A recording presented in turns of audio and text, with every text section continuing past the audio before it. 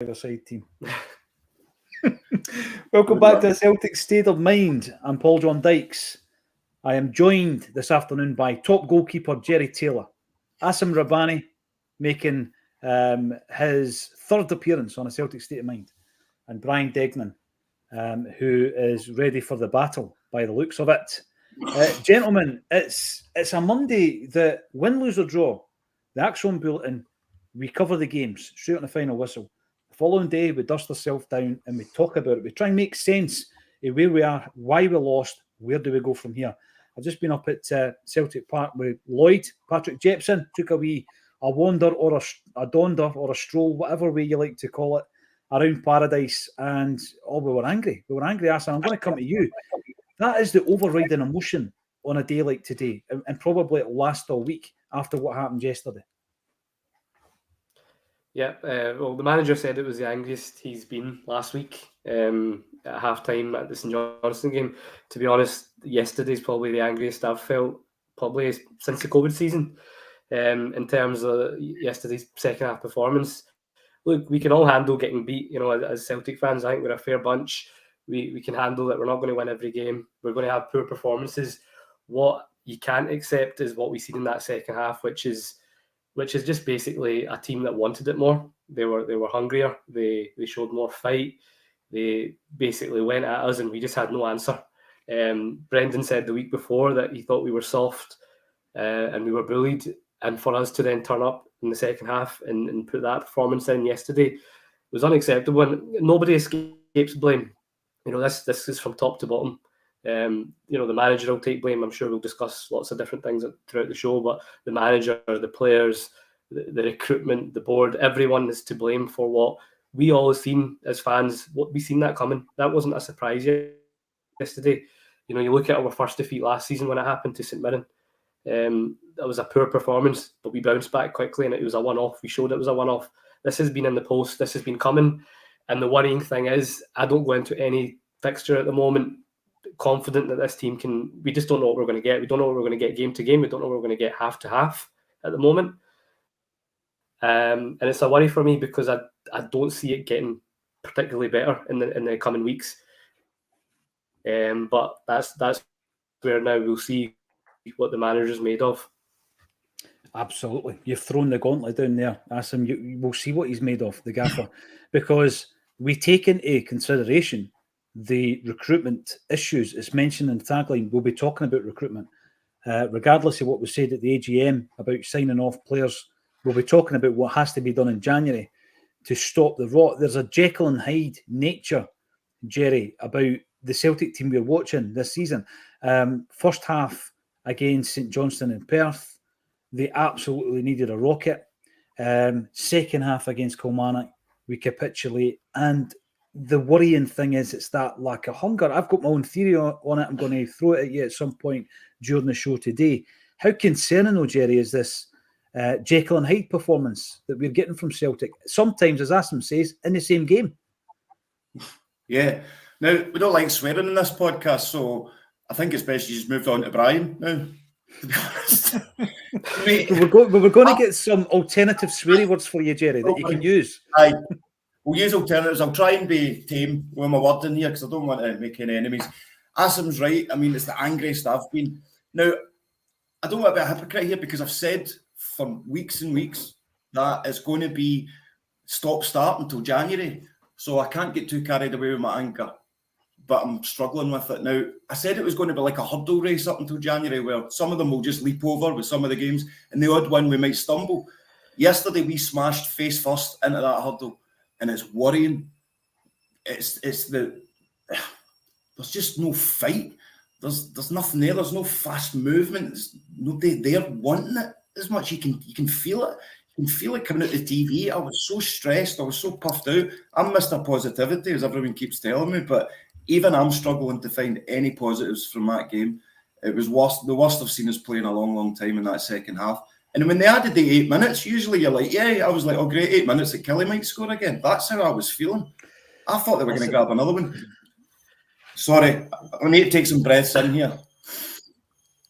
The thing is with that, Jerry, when the second goal goes in, and we'll look at them, we'll look at the goals because you know what, this isn't the platform where you just want to throw the blame. Acom's already mentioned there's a collective responsibility. When you're watching the game, and I had to watch it back again this morning to prepare myself for today, I'm looking at specific moments from players and individuals, some of whom, as I say, I've got a theory around, that others really need to know better. They'd really need to know better. I mean, both goals, I'll come back to this, but both goals, I'm going to ask anybody in the comment section, can you tell me where Greg Taylor is on both goals? Both of them, right? Because both goals come down his side, and both goals he's AWOL. Where is he? Why, during the passage of play for the second goal, the winning goal, is Greg Taylor standing in a number 10 position? Why is that happening?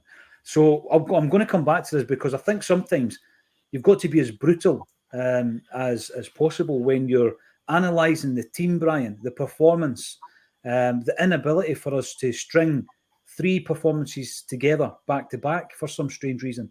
What is Brendan Rodgers' game plan? What's his style? The shape's all over the place. It crumbles game to game. Why can't we identify the best player to play in place of Hatate whilst he's injured? We've tried a number of players to replace him. Not one of them has stepped up fully to the plate. Why do we have wingers where the drop in quality from our first choices, Maeda and Abada, that is so stark that you would have been as well taking the pair of them off at half time, because the second half contribution was zero? Why, after spending £7.5 million on 2 centre halves, I was still playing Nat Phillips, who looks as though he's in the wrong movie? And why do we have an international goalkeeper with all that experience who can't command his defence? Why do we have a left back who thinks he's a number 10 when Kilmarnock are scoring a couple of goals? There's so many questions, more questions than answers. One of the biggest ones, why can we not get a tune out of Kyogo, Brian? These are things, some of these can be resolved within the squad. Some of them are going to have to wait till January. I think the biggest concern is the ones within the squad right now, because it doesn't seem as though we're acting on the issue at centre-half, the issue with regards to Kyogo. We can't do nothing about the left-back because we don't have another better one in the squad. That's going to have to wait till January. When you're looking at it, Brian, sometimes you can pin all your hopes on, it's all right, we'll sort it in January. 2 or 3 players come in. I'm not sure we can. But what I am certain of is that there needs to be a level of autonomy when it comes to actual identifying and recruiting the quality players that Brendan Rodgers wants. You could probably write off the summer transfer window and say, listen, the recruitment team had management of that because we were between managers at the time, right? And you understand it. If we get 1 or 2 players from that spell who end up becoming Celtic players in 12, 18 months' time, great. Obviously, Palmer's shown the most promise out of the lot of them. This window has to be power over to Brendan Rodgers. Those 4 players you're talking about, pursue them. You're never going to get 4 in January, but pursue them and at least get 2 of them in the door. Because some of the areas of the park that I've mentioned there, Brian, they're now being targeted by lesser teams domestically who are able to cut through us like a hot knife through butter. That's what happened at the weekend. Well, what's really interesting, Paul, that you mentioned there was the international goalkeeper that can't command his box. And I wasn't sure if that was Joe Hart or Barkas. The left back that thinks he's a number 10, I wasn't sure if that was Taylor or Laxalt. And the Premier League loan player who looks as if he's the wrong movie, I wasn't sure if that was Duffy or Phillips. So if you look at comparisons to the COVID season, it's there for all to see. I try my best. That's why I'm wearing my hat. It keeps my brain warm. That's the only reason. But I think if you really look at it, there is the vibes there, because the commonalities between the level of performance during the 10-in-a-row season was the fact the players looked like either they couldn't be bothered or the manager was never willing to change things. And that's exactly what I saw yesterday. And only for the fact that the tribute act have been terrible are we still top of the league. Now, it's now a title race. And I've made this point a bunch of times, and I'll make it again. We won a treble last year. We then signed the highest paid manager in our history. We then signed 9 players and we're worse off. You can blame Peter Lawwell all you want. You can blame the recruitment team all you want.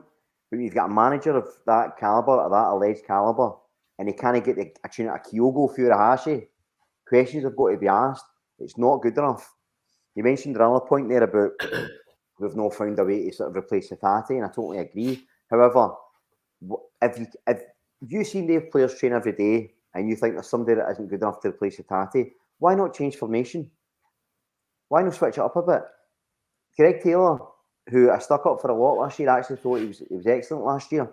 He's had a nightmare this season. He was awful yesterday. Why not just switch it to go to a back three and don't worry about the fullback?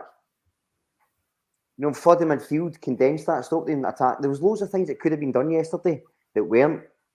And one of the guys I was drinking with yesterday watching it said to me, I've not seen us this bad for a while. I said, I've not seen us this bad since last week. That's what it's like. Because against St Johnstone, we thought, right, can't it get any worse than that? Kilmarnock battered us. And I tell you what as well, loath as I'm to say it, credit has to go to Kilmarnock. Because even in that first half where we were allegedly no bad, they still had good chances. They still created good chances. And to Jerry's point, the fact that it was 2-1 flattered us yesterday, and that's no joke. It absolutely did. And it wasn't the fact that we're time wasting or diving or it was the ref fault or all this nonsense. We weren't good enough. We weren't at the races. We get slapped about. And, you know, ultimately, even though the recruitment's not been good, the players that are there should still be going to Kilmarnock and battering them. Yeah. That's down to the players and it's down to the manager. They can't be looking and blaming everybody else. And I was being catty yesterday in the group chat and I said, what's Rodgers' excuse this time? Is it the plastic pitch? Is it the board? Is it the transfers? And fair enough, he did take a bit of ownership. But the fact is, my fear, like yours, Paul John, is the fact that if we don't sign the players he wants in January, is it going to be excuses to the end of the season? Because that isn't good enough. It's not acceptable for a Celtic manager and it's not acceptable for a Celtic player to perform like that, in my opinion. Listen, you started off with an absolute belter of an analogy with regards to the quality of the players on the park yesterday. And when you said about the left back, I thought you were going to use Bolingoli as an example and say, you know, Taylor would have been as well as going to Spain because he was that far away from the area of the park that he should have been covering. And by the way, not just the 2 times that they scored the goal, and there was a couple of occasions in that first half where back post, Greg Taylor is nowhere. He's absolutely nowhere. Kilmarnock end up hitting the bar. And then there was another occasion where he's actually played Vassell on side. His finish was terrible. It hit the side netting. So there was 2 occasions in the first half, 2 occasions in the second half where his positional play is nowhere near the level that it needs to be. The one where Vassell hits the side net and Scales turns into him, his arms are out as if to say, where are you? You know, and it's not for the first time either. So there's certain situations within the squad, like Brian said, that you can resolve. You look at Kyogo, you say, how can I get my best out of him? You look at the situation within that central defensive midfield area, and we've tried Bernardo, Holm, Turnbull, Awata. You can't keep changing that game to game. You need to know, and if you don't have the personnel, change the shape. You've got to play to your strengths. There are other situations with the Taylor scenario in particular that we can do nothing about until January because we don't have the quality in the backup. That's Burnaby. To the point, I seen where last week we were playing Tony Ralston at left back. So all these points taken into consideration, the concern Brian has is that for the rest of this season, if we don't get the players Rodgers wants, it's going to be a slog and we're going to be getting a lot of excuses all the way through the rest of this campaign. What's your take on that? And what's your take on the kind of passive nature of Rodgers after the game as well? It was a wee bit different from, in fact, it was the complete opposite from the Rodgers we heard after the St Johnstone game. Yeah, Me? a few things to pick up on that. You look at our a few things to pick up on that. If you look at our squad from last season, in terms of who's Rodgers actually getting the best out of this year, the only one that I can see that's improving or thriving under the current system is Matt O'Reilly. Other than that, you look at the likes of McGregor, he's been considerably poorer this season. Taylor's been considerably poorer this season. Alistair Johnson seems to have regressed. Kyogo, we're absolutely not utilising him. What is going on? Like we said, putting the recruitment, putting the signings all aside, there's still enough there that the regression shouldn't be as steep as it is. And other kind of comparisons to the COVID season was, if you remember, I think we won the first, or we started the season pretty well that year as well, but the performances were really poor. You could gradually see what was coming, and that's how it's felt these last few weeks. Everyone was talking about, okay, domestically we're doing okay. You know, we've got this lead. We've gone from an 8-point lead, I think it was at the end of October. Since then, dropped to Hibs, dropped to Motherwell. Last week, St Johnstone almost dropping. and then yesterday. So we've dropped 7 points in the space of a couple of months, which has made this a title race. And as we've talked about, you don't have any faith in us going forward in terms of game by game what we're going to see. You've mentioned about control of the transfer window must go to Rodgers. Do we trust Rodgers though with signings?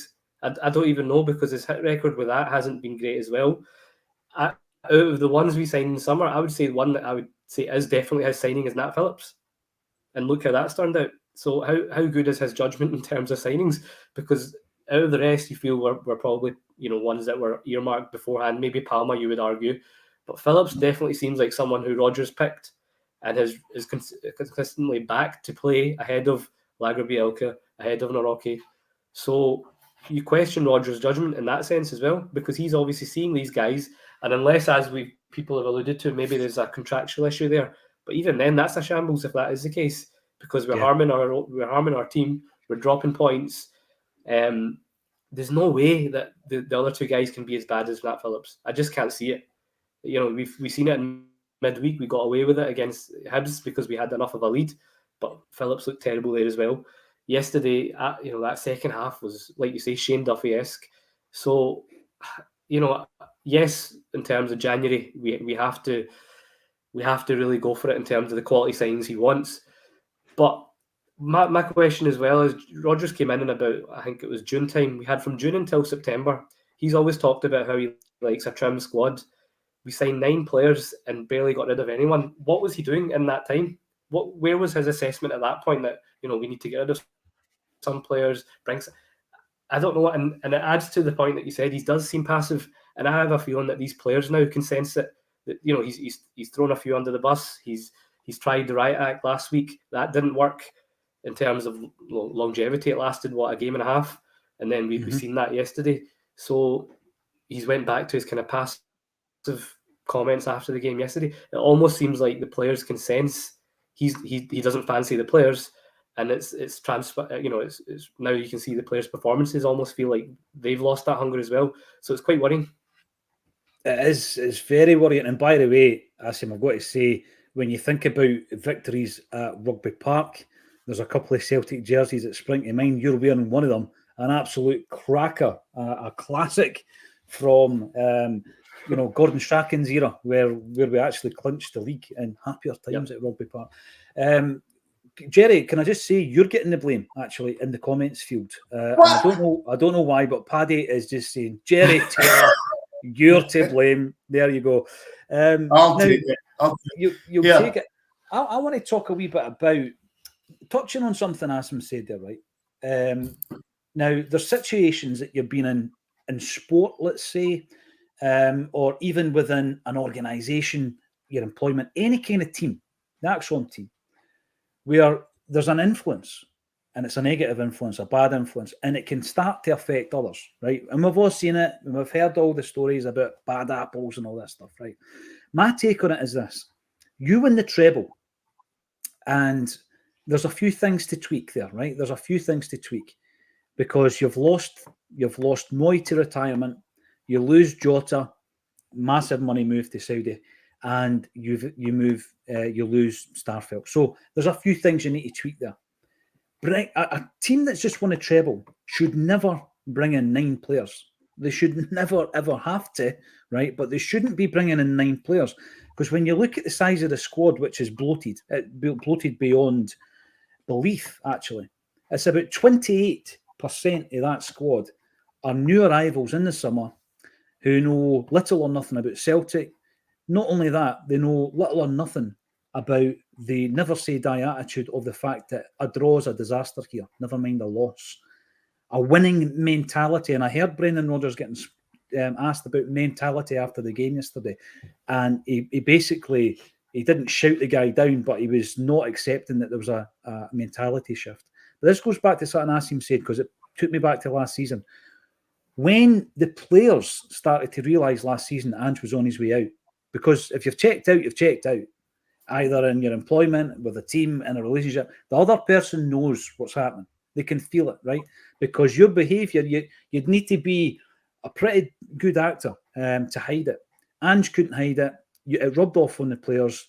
we were pretty rotten at the end of last season, if you remember back, to the point we were going into that Inverness game, a wee bit worried. I don't know about you guys. I was a wee bit worried going into that game. Who were we going to play at centre-half? And it rubs off, and Alistair Johnson, you'll remember on the podium, turning around, I think, to Hatate, saying he's gone. Remember that? He's gone. We were all lip-reading experts at that point. It had already seeped in, I think, to the psyche of the players. And I think that if you're right in what you're saying, Acsom, and Rodgers doesn't rate the majority of the players that have came in the summer, they guys are going to be unhappy. That's going to start spreading through the squad. If it's the best part of a third of your dressing room, that can be pretty damaging. It was a bad move to bring 9 in. It can affect the whole mentality of the dressing room and the training pitch. Jerry, and I think it's something we need to focus on, because how do you put that right? It's not like a light switch that you just flick. I mean, these guys have all been bedded in since the summer now. They're part of the squad, and they're potentially a pivotal part of the squad going into the second half of the season. Yeah, we can trace it back to that, but it's now Brendan Rodgers' job to put it right. Jerry, how does he do it? How can he charm them? How can he motivate them? How can he bring in that man management, which, by the way, has been praised for this season? How can he bring that into the table to turn this around? Because, you can sense it even in his interviews, and we'll come back to that in a wee second, because we've seen that movie before as well, Jerry. Yeah. First off, can I say that this is some laugh for a Monday, isn't it? I'm having an absolute ball. A whale of a time. Cheers. Right. Cheers, Brendan. Do you want a quick joke just to break things up? No? All right. So basically, you've pointed something out, right? When basically Scales has turned around to Taylor and going, where were you? Yeah. If you think back to a few games ago when Taylor went Raji at Scales, do you remember? Yeah. And I'm not used to seeing that. I can't remember seeing that over the past few seasons. I always remember saying to people, you never see our players having a go at each other or doing that. So the mentality has clearly changed. I don't know if they're falling out because of the performances, or the performances because they're falling out. It's no good to see. And hearing Acsom just put everything out there on the line, it is quite depressing, because that's what you see from other teams that are about to spiral downwards or even, dare I say it, lose a dressing room. He's just changing tactics every interview. Not changing tactics in the game, but changing the tactics of how he handles himself in an interview. Now, I don't know, and this isn't me having a laugh or joking or trying to say in here, but I don't know if I'm not having a go at Brendan Rodgers yet, because I was lucky enough to meet him a couple of times, and I think that's maybe helping him. Does that make sense? It's going I'm just going, do you know what? I've met him. He's a good guy and that. But if I hadn't met him right now, I'd probably be going, why has he not been changing things up? Like Brian says, if he's not got that midfield that he can utilise, change it. Why is he not changing it? The Greg Taylor thing's been an issue all pre-season, all season. Yeah, it needs addressed, and if we can't have the replacement, change it. I'm still holding on to hope, right? We're going to beat them, because that's the way we've been going this season. Bad result, all right result, good result, bad result. We're going to get. Do you know what? See, if we win midweek against Feyenoord, I think we'll be raging. I think we'll be angry. It's like, why now? Why are you doing it now? So obviously we've got to get that one out of the way. Whatever happens, happens. If they win, obviously they'll paper over some more cracks. That's what it's been. It's just papering over cracks. But we need to get to January. I'm hoping, right? I know I'm wrong, but I'm hoping the board go, oh, aye, this is bad. We need to get them back on side. Everything that's going on outside of the pitch with the Green Brigade and all that kind of stuff, it's just so disjointed just now, and things need to change. We need to stop papering over the cracks and get the plasterer in. Disjointed, that's the word. And it's on and off the park, like you say, because we haven't healed the rift with the Green Brigade. I'm sure we'll come back to that at some point in the next week or so. The way I'm looking at it, Brian, is Rangers, 30th of December.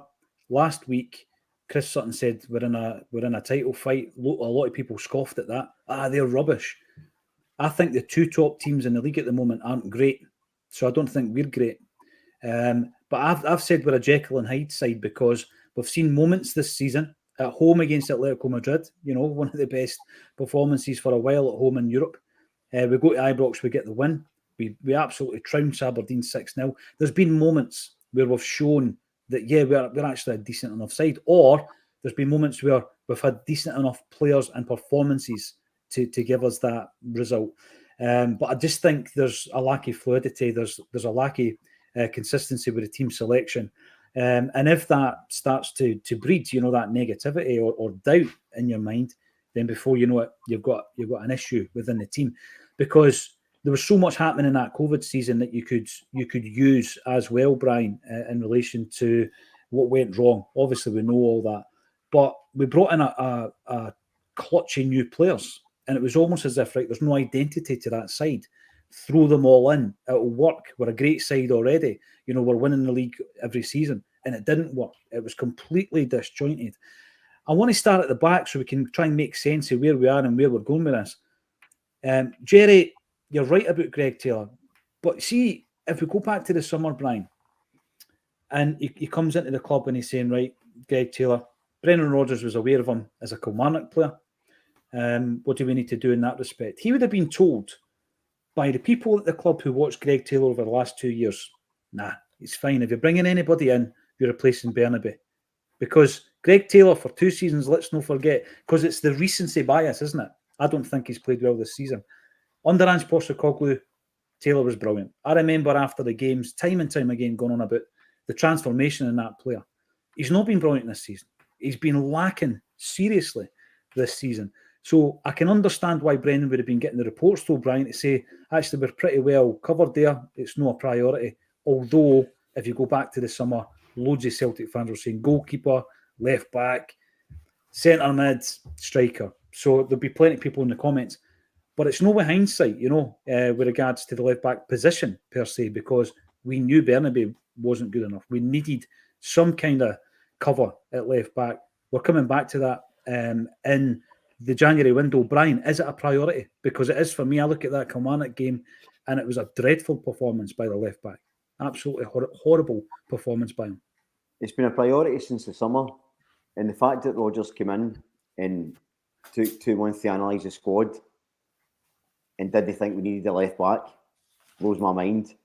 Because, in my opinion, a blind man wearing sunglasses in a dark room could see that we needed a goalkeeper, a left back, another striker, and a midfielder, at least to replace what was left. So, I think, even if he says, well, Taylor's great, say, right, well, Bernaby's no, so we need another left back anyway. And I've always said I don't like this idea of bringing players in as backup. I think that's a nonsense. You should always be looking to bring players in who can be better than what you've got. They might be better right now, but they have the potential to at least get better. Blind players into the squad players is madness to me. And you talked about seeing things coming. So I think a couple of games into the season I was on, and I was asked, I think it was after one of the European games, and I said, I feel as if there's a cloud over this season. I don't think things have kicked off. I don't get a good vibe for Brendan. Don't want to be negative Nelly, but things aren't working out right. And that was a while back. We said it, I think last time I was on, I was saying, look, manager's got to take account this isn't good enough. And again, we're saying it today. People in the comment section, most of them are again, there's some fella clubs watching, which is hilarious. And there's a couple that are upset. But some of them are feeling as if we're overreacting. The fact of the matter is, this has been coming to the start of this season. It's not just yesterday. It's been coming. We've all saw it coming. That's the problem. And it's not that we feel entitled to win every game all the time, or we deserve to do this. The fact of the matter is, if you play for Celtic, if you manage Celtic, whatever connection you are, you expect high standards. Now, there's no shame in the world of getting up against somebody, fighting your hardest and getting battered. That happens. But there's plenty of shame in no fighting at all. And there was no fight in that squad yesterday. Absolutely not. And that's a worry. And that's not just the new guys. Even when Kyogo came on, the wee man's a brilliant player, but we're not getting the best of him. When he came on, I thought, he's not going to do anything. I don't even know if he touched the ball. I mean, that's nuts, because that's Kyogo Furuhashi. That's the guy that we were all saying was the best player we've had since, or one of the best strikers we've had since Larson, at least in the conversation. And he's on the bench and he's coming on and can't make an impact against Kilmarnock. If that's no reason to worry or no reason to be annoyed, I don't know what is. And as I say, it's not the way you want to start off a Monday, but these questions have to be answered, and they have to be answered well. And when people talk as well about, I know we're talking about some of the players coming in, right? But out of that Kilmarnock team, what one of their players walks in even over our worst player? I mean, Yang was murdered when he came on, Mikey Johnson was murdered. Did any of their wingers walk into your club instead of them? No. So the gulf is still there. Even our worst players are still better than most other players in the SPFL. But the reality is we're not playing it. Last year, Celtic Rangers were really far ahead of everyone. And we were far ahead of Rangers. This season, to your point, Paul, we've dropped. It's not as if everybody else in the league has got better. Because they've no. We've dropped. To paraphrase a very famous sign at Parkhead, we've slept at the wheel. We saw it coming. There was warning signs there and we've slept. There's plenty of time to change it. And I hope I look back at the end of the season and I'm embarrassed for having to go to Rodgers and the players. And I'm thinking, wow, how wrong was I? I hope that happens. I really do. But we've got to call out what we see. You can cheer the players and the club and the manager when they're doing well. You've got to call them out when they're not. And that's what we're doing. Well, Brian, the thing is, if you were to look at this at the end of the season, the fact remains that you're making points on what you're seeing in front of you. And, and the reason I brought up the mentality issue, Acsom, is the fact that, like Brian says there, it starts to spread through your side. You've got should know better. I mean, you look at, let's take Lazio away for an example, right? And I'm going to bring in the wingers situation here because a lot of people are disagreeing that left back's a priority, and that's fine. It's all about opinions. James Forrest starts the game now. There's going to be occasions this season where I will agree with James Forrest starting the game. Against Lazio, this point was raised by Alan on Friday. He played one forward pass. His entire performance against Lazio away, one forward pass. He's the guy with all the bags of experience. 15 consecutive seasons scoring goals for Celtic. One of the most decorated players in the club's history. We don't have enough guys that's grabbing the game by the scruff of the neck and pulling us over the line. And that's when I come back to mentality, Acsom. And I'm thinking, right, we're a treble winning side here. Why do I keep banging on about the pandemic season? It was the last time we didn't win the league. And it was the first time in a long time that we hadn't won the league. So that's why we use that as an example. I'm not comparing this season to that season. What I'm saying is we're in a situation where we might not win the league here unless we iron out all these issues. It's not an overreaction, as some people in the comments might think. Come March, if everything's resolved, that's because the issues we're talking about have been resolved. But they need to be resolved. My biggest issue right now, Acsom, is the fact that there are some situations that we can resolve right now in squad, and there's some we're going to have to wait till January. My biggest issue is, see, when it comes to January, if Brendan Rodgers thinks he needs 4, that's the figure he's given us. There's no way he's getting no 4 quality players in January, is he? And if he doesn't get them, what happens then? Yeah, it just shows you what a waste of that summer transfer window is, because that takes time to trim a squad from the numbers that we've got, to then bring in the quality that, like you said, in the summer, you shouldn't be signing 9 guys only to be worse off. If you want an indication, I was looking at some of the squads from this time last season. You had the likes of Matt O'Reilly being kept out of the team by Aaron Moy. So I'm looking at the different positions in our squad last season. There's not one area where we've gone stronger. Every single position, I would say, we're now weaker in. You look at even right back, you had Juranovic and Ralston. In the centre back positions, you had Starfelt, CCV, Jens. In left back, you had a really on form Taylor. The winger positions, Haksabanovic got Player of the Month, I think, this time last year. He was actually playing all right. Yeah. You had him, you had him, Maeda, Abada, and Jota fighting for those positions. Up front, you had Kyogo and Giacomakis. Every area we're considerably weaker in now, to the point where we're, like you said, playing James Forrest in a Champions League away game that we have to win. And now yesterday you've got Mikey Johnson, Yang. It's honestly baffling how much weaker we are this year in the space of a year, having signed 9 players. And it just shows you. I've been hesitant to criticise the managers so much, because I'm trying to compare the squads, and I'm trying to think, right, okay, look, we're so much weaker, and that's not all his fault. But in saying that, as you said, it does now come down to mentality, because as Brian mentioned, we've still got better players than these other teams that we're coming up against. You've seen how we struggled to break teams down. Yesterday was a different kind of struggle. Yesterday we actually got battered by Kilmarnock. So teams are now finding different ways to stop us, whether it's a low block and we just don't have the creativity or intensity of play to break them down. We've seen that 3 or 4 times this season. And yesterday it was a simple they just got up and at us. They were direct, they were physical, and we couldn't handle that either.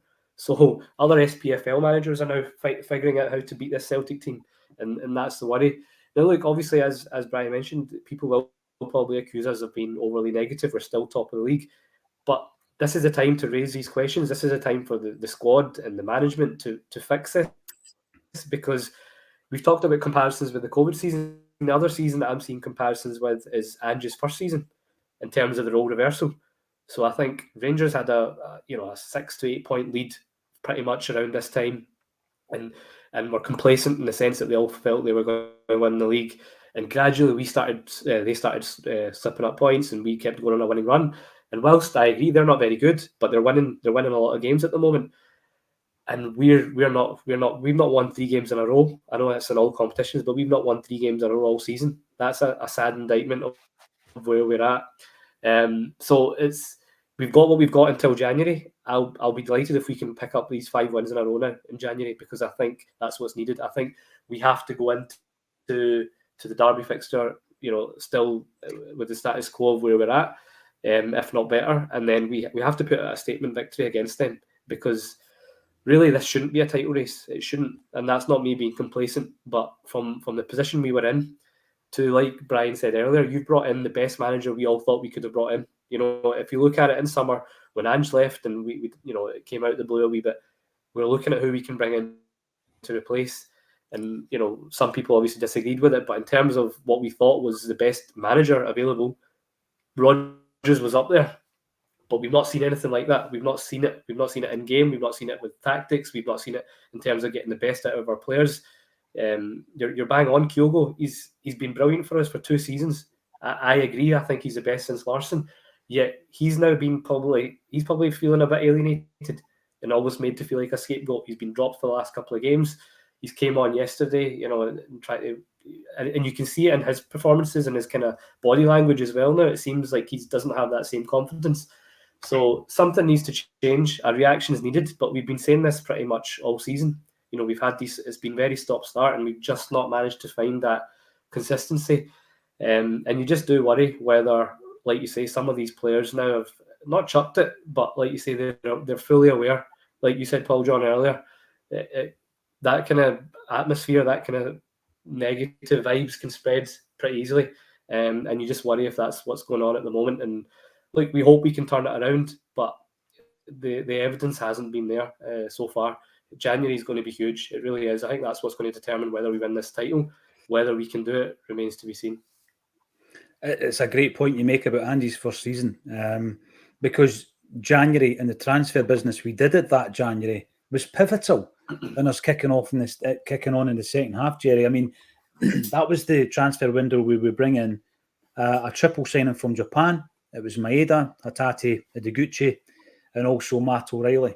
And of the 4, you had 3 players who contributed significantly for the rest of that campaign. And, we're actually in that situation now, Jerry, where you look at it and think 3 players to make a difference. All I ever hear every time I mention this is, it's difficult to do business in January. Of course it is. But it's difficult not to win a league. It's going to be difficult sitting here in the pre-season if we don't win this league. So we're a club that needs to get that business done. My next worry, though, Jerry, is your buddy Brendan, and fair play to you, by the way, because people can change your perception of the scenario, obviously, and it's unconscious bias. That's what that is. It's like if you've already got a view on somebody, then the way that you then analyse a performance could be different. We're all guilty of it. It's a human trait. Another human trait is getting so annoyed that you walk out the building or walk out a job. Terminado, Marion Sved, we've seen all the interviews. They weren't good to watch at the time, and we know what happened. If he doesn't get the quality, Jerry, do you think, and by the way, I don't think in a million years, please don't clip this and use it against me in the future, that Brendan Rodgers is going to leave Celtic this season. Mid-season, it's not happening, right? But it may completely change his view on the job. It may completely change his view on, am I here for 3 years? He's still a young man. He's only 50. It's not as though he's at the end and it's a wee swan song and he's out to grass. Nothing like that. He has got aspirations beyond Celtic after this job, Jerry. He's looking at the situation, maybe saying, well, I'm not being back the way I want to be back. And by the way, I'll caveat that by saying the board will simply say, but we spent 20 odd million quid in this summer. What are you talking about? Gave you 9 players. That's the way that they work. But Brendan is specifically looking at the quality. You gave me 9 players. I don't play most of them. You've got Nawrocki and Lagerbielke, right? Who cost the same as a Cameron Carter-Vickers would have cost you. That's how much. Remember, we went out and we signed Carter-Vickers and Jota, and we're all sitting here thinking, wow, we're showing a bit of ambition here. Because we used to say on Acsom, which one would you take? Because there's no way we're getting both of them permanently. We went out and we got both of them permanently. We've not shown that level of ambition in the transfer windows, Jerry. So when you're looking at Brendan, I know he's a big pal of yours, he's maybe actually WhatsApping you as we speak. Do you think that him, as a manager and his personality, if he doesn't get what he wants in January, will be swayed elsewhere? It's a worry. It's out there. I think it's always a worry, isn't it? I think I'm hoping that Brendan has said, as these transfers are coming in, look, I'll trust your judgment. However, I will be judging them when they come. And if they're not good enough, I'll say they're not good enough and you need to back me. I'm hoping that's an agreement that was put in place because everything was quite frantic at the time with Brendan Rodgers coming in and Ange leaving. I do still believe I want to put some positivity out there because this has been... Yes. We'll be reaching for the Valium and everything. This has been...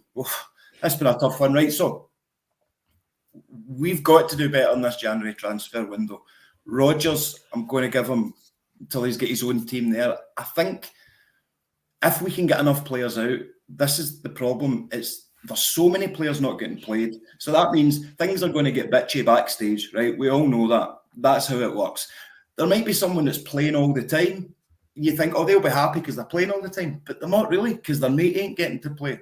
We've seen that with O'Reilly when he was giving interviews earlier on in the season, talking about Turnbull not getting his chance. So even if the players that are getting played are happy, they're not entirely happy, and that can eat away. There is far too many people there. I just spat all over my laptop there. I'm getting passionate. There's far too many people in the team just now. We need to get rid of some of the... I'm going to say Deadwood now because no, some of them aren't Driftwood. It's Deadwood. They've been here far too long. I'm not going to name names because I don't want to be too negative about it all. But I still truly believe we're going to make a couple of decent signings. We're going to get rid of the ones we need rid of, and we're going to see a better Celtic team. Unfortunately, we've not got any European football to look forward to. We're out of one of the cups, and as I'm saying this, I'm going, why am I being positive? But we've got less to focus on. We've got to focus on the league. Ask me again in March, but I'm confident that we're still going to win the league. Well, this is a big thing. I think we've got it in us. I also don't think the opposition's that great. I agree with Brian there. I think both of the teams have regressed. But what's happened with them is they've lost a manager mid-season, Brian, and I think that can really throw a spanner in the works. We've not. It came as a shock that Ange left. It took us 2 weeks to appoint Brendan Rodgers after Ange left for Spurs. But there's still enough time at that point to have a look at that squad and say, right, we've lost three guys who would probably start for you. Like Acsom said, Aaron Moy was keeping Matt O'Reilly at the team this time last year. So we might have to bring in 3 or 4, but we've gone out and we brought in 9. And what's annoyed me about that, at the moment, our squad, the number 32 gets mentioned quite a lot, obviously. But there's also a few other names you could throw into that squad as well, right? Because Rocco Vata's got first-team experience. He's a 33rd player. You've got guys out on loan, Haksabanovic, Adeguchi, Shaw, Montgomery. Whether or not they've got futures at Celtic, they're Celtic players, they're coming back, right? How many is that? 1, 2, 3, 4. There's another 4 on top of that. It's 37 players. Then you've got the young guys that are out who have got first-team experience, Summers and Lowell. That's 39. Remove the 2 that are not our players that are in the squad. We've still got a squad of 37 players, Brian. We're sitting here just now saying we're going into a transfer window. Wouldn't it be nice to get the 4? That would take us to 41. That's just not manageable. That will take years to trim that squad because it takes a long time to get these guys out. Deadwood, as Jerry says, on a lot of occasions, because you want to try and get something back from it, or they've taken that jump in terms of their wage, and now it's hard for them to find a club. It took us ages to move on Barkas. We had to tear up his contract. It cost us £5 million. Albin Ayeti, he left for $500,000. I mean, so we've got a lot of players within that squad which could actually breach 40 in January. And the club will be saying, yeah, but we've got X amount of left backs, we've got this amount of goalkeepers, I'm not strengthening there. I think it's going to be a very, very difficult January. If we get the January that we did in the first Ange season, I'm going to be really confident. If we bring in 3 players, by the way, even if they're a loan to buy, Brian, I can handle that, because I don't think the loans that have come in have been of the same quality as the ones that were brought in before. I've used the comparison. CCV, we brought him in, he's a centre-half from a Premiership club, different level from that, Phillips. Jota, we brought him in as a Benfica reserve, completely different level, different position as well from Bernardo. So we need to play the market so much better. Is the answer, though, going back to another point that was made earlier in the show, to give that control to Brendan Rodgers, Brian? What do you think? So, a number of things. Just to add to your point, I made a wee list of players that I think will either need to go because they're not playing or don't have a future or can't take us forward. So Siegrist, Kobayashi, Lagerbeek is probably going to go on loan because Brendan doesn't fancy him. Phillips, Bernabe, Kwon, McCarthy. Turnbull, we don't know about. Bernardo's likely to go back. Tilio, Yang, Mikey Johnson, Toby Oluwayemi, Haksabanovic, Johnny Kenny, Ideguchi, Liam Shaw, bizarrely still at the club. This is mental, by the way. This is mental. That's no counting the guys that are still on the youngsters who may or may not have a future. It's also no counting the fact we need a keeper, a left back, probably a left-footed centre-half, a centre mid, at least another striker, and maybe another winger. Now, Brian, you ever thought of working for Samaritans or something like that, mate? You're boosting my moods. Jerry, the Samaritans have stopped answering the phone to me. That's how bad it's right? They've blocked my number. That's crazy. That's crazy talk, right? Now, this is where I'm not particularly fond of defending the board, but people keep talking about, the board have to back Rodgers. See if Paul John, you allocated me 13 million quid and I spent it on absolute dross, would you give me another 20 to allocate? Of course you wouldn't, right? So the recruitment has to change. So if you're the board, you're going to look at that list of players I've just rounded off and go, hold on a second, and you want another 5? Who are we getting to do this?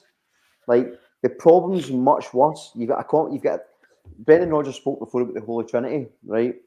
We've got the unholy Trinity now because the recruitment team's not doing a good job. We don't with the boss thing because of strategy, and Rodgers is clearly fed up. So we've got bigger problems here to fix. And as I say, I suspect we'll probably sign Majowski for Aberdeen in January. I think we'll probably sign him, which I think is a decent signing. And then maybe a loan player and try and get rid of some of the other players. Try their best to go over the line before the end of the season and then see where we're at. And I think if we get to the season we've won the league, it'll be very impressive. But then next summer becomes absolutely gargantuan again. And it's almost like we need to write off this season, either we win it and start from scratch in the summer. It's a bit crazy. This is just Diet Coke, but it won't be for long because I agree with Jerry, this is getting a bit much today. Mate, I've just drank for that and realised it's been sat there since last Monday's podcast. That's how my week's going. Merry Christmas, everyone. Merry Christmas. Brian, we've been talking about the COVID season. You've been naming guys like Salt, who we would rather forget, and now you've told us about the real situation with that size of that squad. The thing is, we would be in a scenario, Acsom, for probably, 6 to 8 transfer windows where you would need to be shelling out twice as many players as you're bringing in to trim that down, because you're always going to have to strengthen. We've already identified some of the areas that we need to strengthen, but as I say, you cannot have a first team squad, and I say first team squad, some of the guys have played 1 or 2 games that I mentioned, that's going to breach the 40 mark. That is unsustainable. You just can't do it in terms of the wages that involves, but at the same time, we cannot use that and say we're not bringing in players because we need that quality. We can't continue in the second half of the season as we have done in the first, even with the injured players in Hatate, Abada and Maeda coming back in, which, by the way, will be a bonus and it will assist us in relation to getting that consistency of team selection.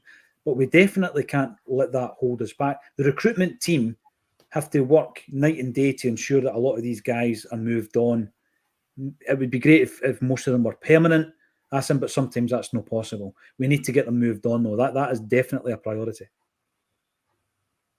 Yeah, this points to a problem that's been an issue for over the years with us stockpiling players, because, and I think that again it falls to the problem of the overall structure within the recruitment. Is we'd much rather gamble on 3 or 4 players at like 1 and 2 million price range, hoping that one of them might become a gem, rather than use that spread cost on one quality player that there's more chance of getting right. So we end up stockpiling so many different players like we've done in summer there. We've got 9. How many of them are actually going to become a success? How many are we now going to struggle of those to get rid of off the books? It just becomes a consistent problem, because the overall recruitment strategy seems to be an issue, and has been an issue for some time, because we're so risk averse in terms of just going for. If you look at the ones where we've actually forked out in the last few years, now I know people point to the fact that they were often loan buys at first, loan options at first, but Edward, CCV, Jota, so 6 million, 6 million, 9 million.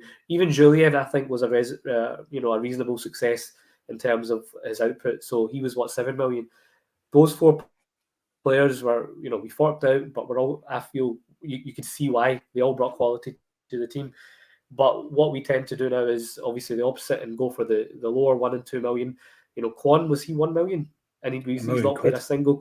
He's not played a single competitive minute this season. That's inexcusable. And I think I've seen one of the shows, or one of the pieces from, I think, Alan Morrison, where he said that all the data was clearly suggesting that these guys, same with Lager Bielka, were not fits for the way we play and for the kind of quality that we're after. So as much as I'm with Brian on this, that I don't think the board should be given a soft time of this, but it's bigger than that as well. The recruitment, they have to really be held accountable, because how can you get it that badly wrong? It's just it's baffling. In terms of January, it's notoriously a hard window to actually really make a lot of quality signings. So I don't expect it's going to be all resolved, but we'll have to make do and see what we can. We'll just need to do enough to try and get this title win. Normally you try and build the basis of your squad in the summer, and then January is very much just a couple of tweaks. This time it seems like it's the opposite. We actually need to really sort the squad out in January. Whether we can do it, I don't know. But I do worry, because we've seen this story with Rodgers before. I know he said in his press conference he'll be here for 3 years. If we don't win the league, I don't think he'll be here past the summer. I don't, whether it's him that decides to go or whether it's a mutual thing. I don't think the fans would want him here for another season if he doesn't win the league.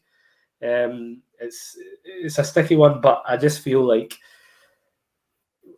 trying to be a bit more positive. You look at the 4 players that were missing yesterday: Abada, Maeda, Hatate, CCV. They all come into that team straight away and make it considerably stronger.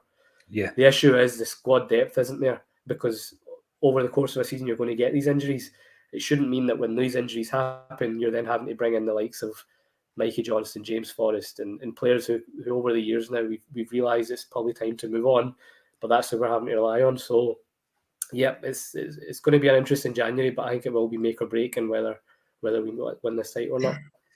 Make or break. Indeed. Joseph McGonigal, thank you for joining us and for supporting the channel. It's not always easy, but it's always worthwhile. You're absolutely right.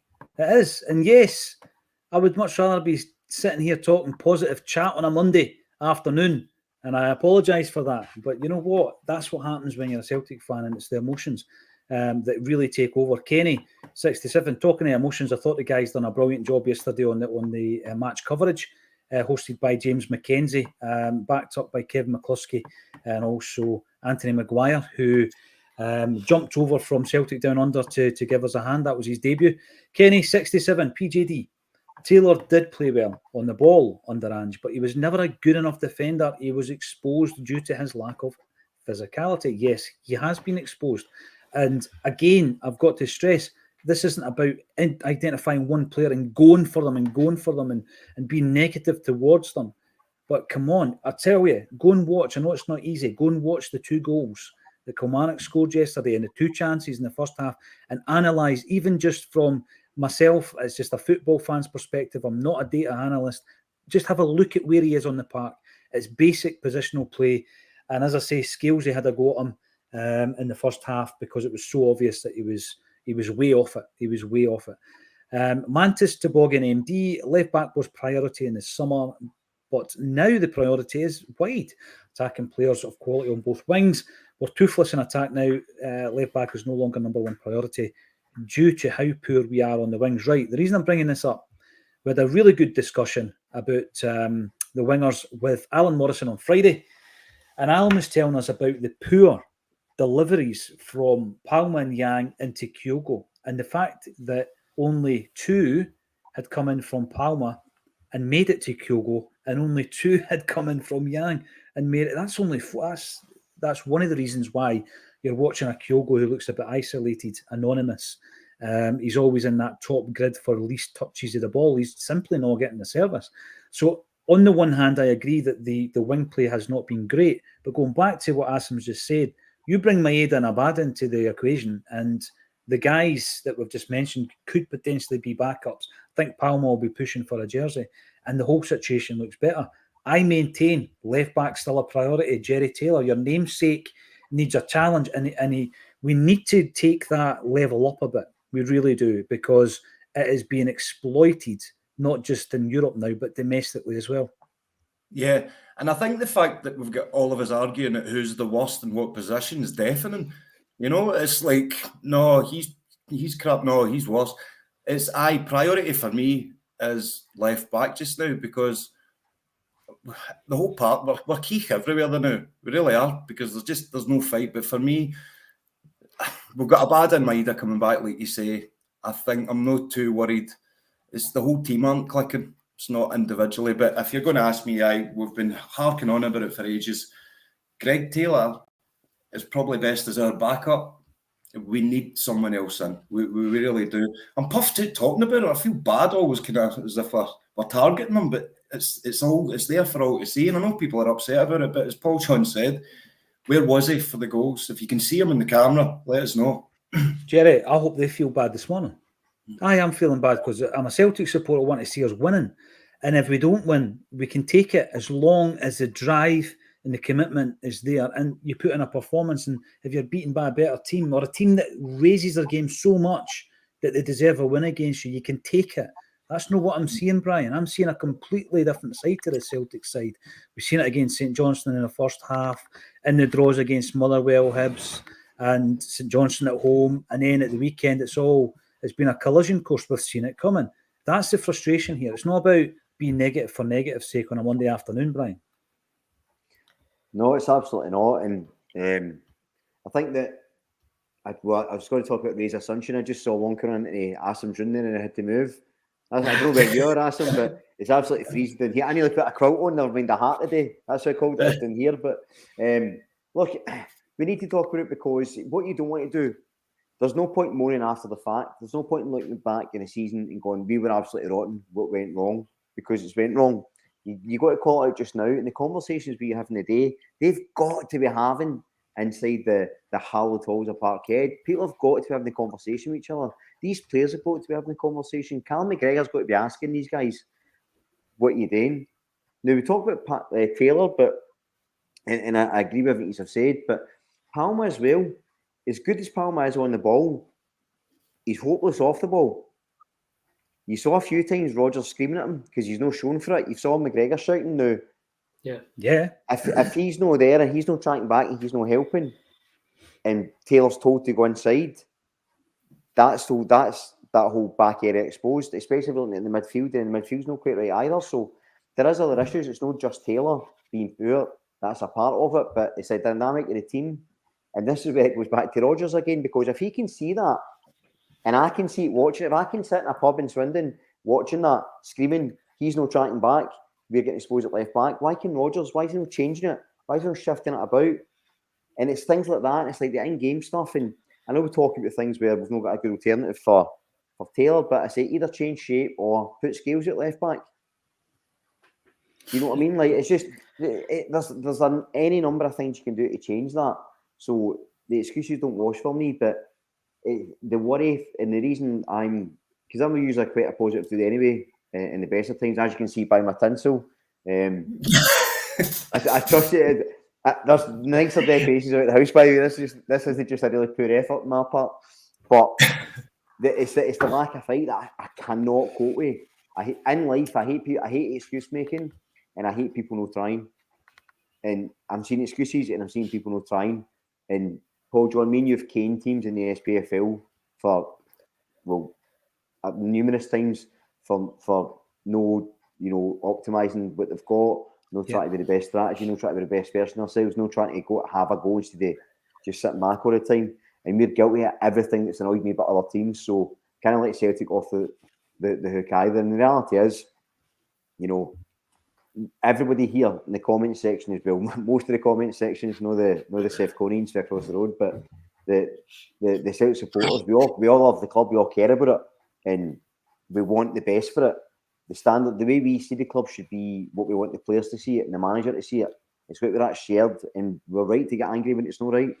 And you can be disappointed by loss, but a lack of fight, I simply cannot stomach, and I don't think we should be made to. No. Listen, a couple of things from what you've said there. First one being, you're right about Palmer's defensive qualities. Otherwise, you miss that when Maeda's not in the team. You absolutely do. And I think Taylor's shown up massively when he doesn't have that support in front of him.